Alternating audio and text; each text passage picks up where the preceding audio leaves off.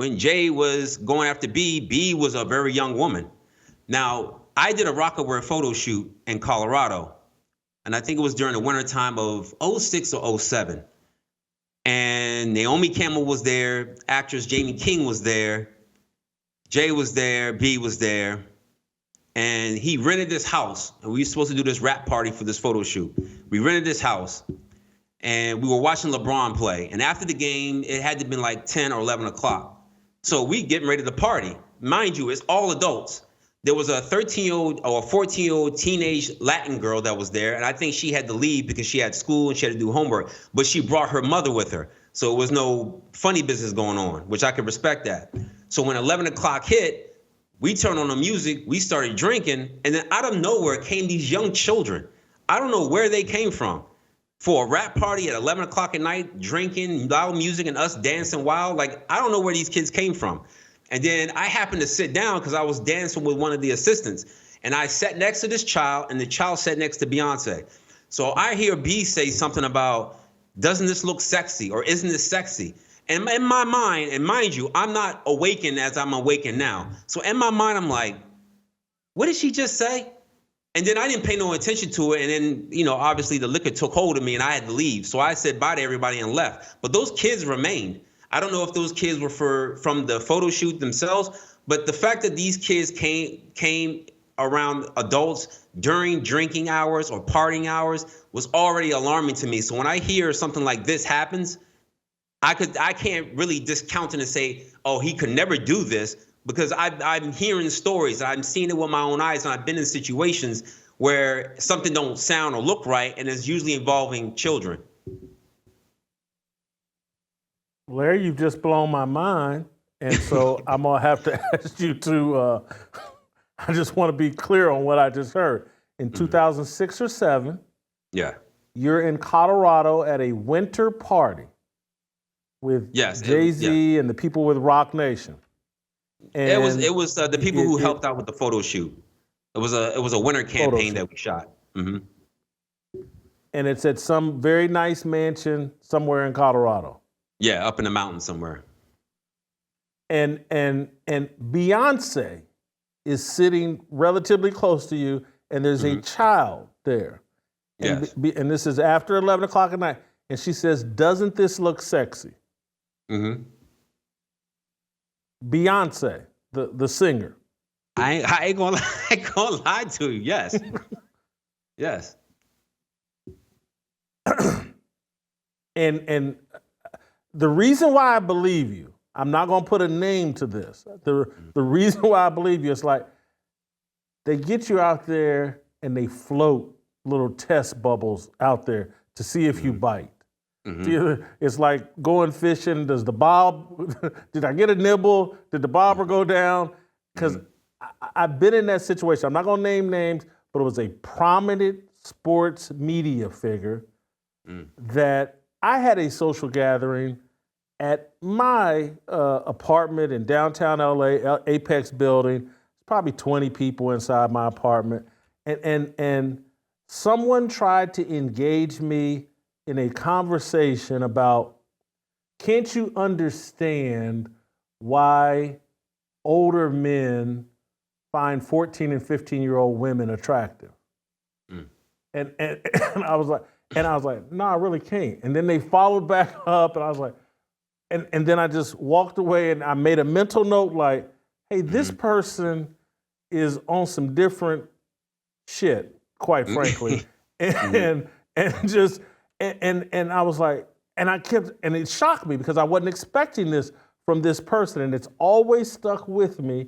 And you know, I would elaborate and give a few more details, but it would potentially give away the person if I gave any more details.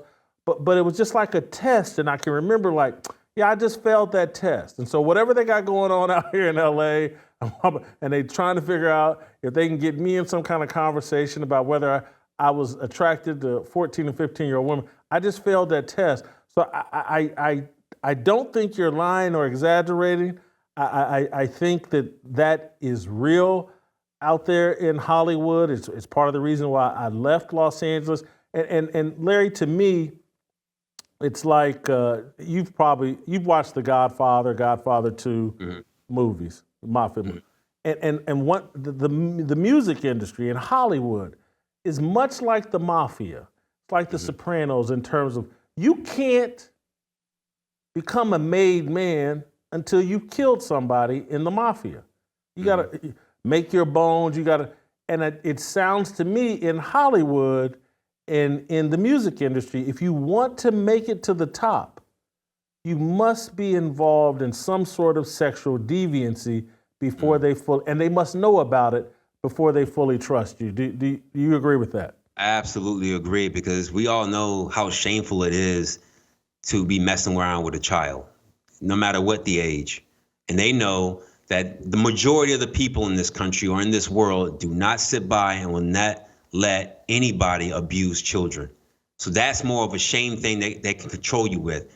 Now, sacrificing somebody, that's personal. You know, not many people can add those or connect those dots of who did what and who did this, but it happens. But when it comes to sexual deviancy, as you said, it's more of we don't want the whole world to know what you've really been up to, so you have to do what we say do. And I think that's how they move. And like you said, I think it's like putting a worm on a hook. They see who bite. They're not gonna come up to you and say, "Hey, you like 5-year-olds?" They're not gonna do that because you look at them weird, or you might just punch them in the mouth.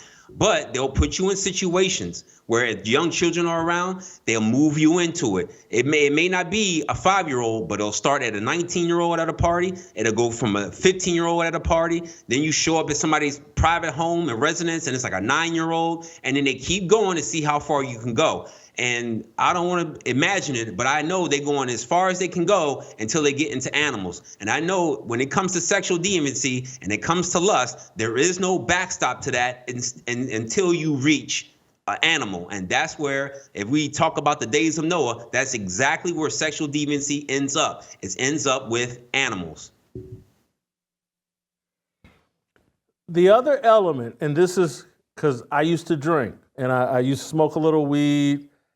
But at some point I came into an awareness like, oh man, if you go look at most of the mistakes I've made in my life, alcohol was involved. It's like they get you, and this thing about LA, they get you at these parties, get some liquor in you, get some weed that may be laced with something, maybe they spike your drink. And then it's like when Beyonce says, doesn't that look sexy? Well, your inhibitions are down. Your self-control is down because they got the liquor, the drugs in you.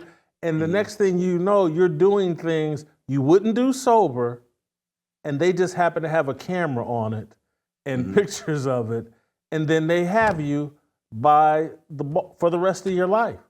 Right. And that's what I see.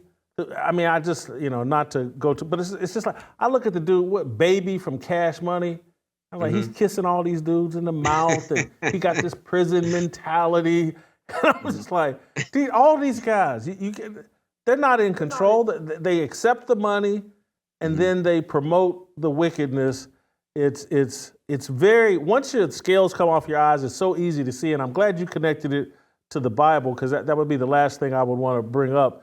It's like, if you look at the story of Moloch and just how child sacrifice, Leviticus, just go to Leviticus, child sacrifice, it's always been a part of the devil's plan. And again, that's why the Bible will tell you there's nothing new. We keep thinking all this stuff is brand new. No, man, they've had different forms of this since the beginning of time, and we just can't see it. Don't miss a second of Fearless. Hit that like button and subscribe to keep up with our latest content.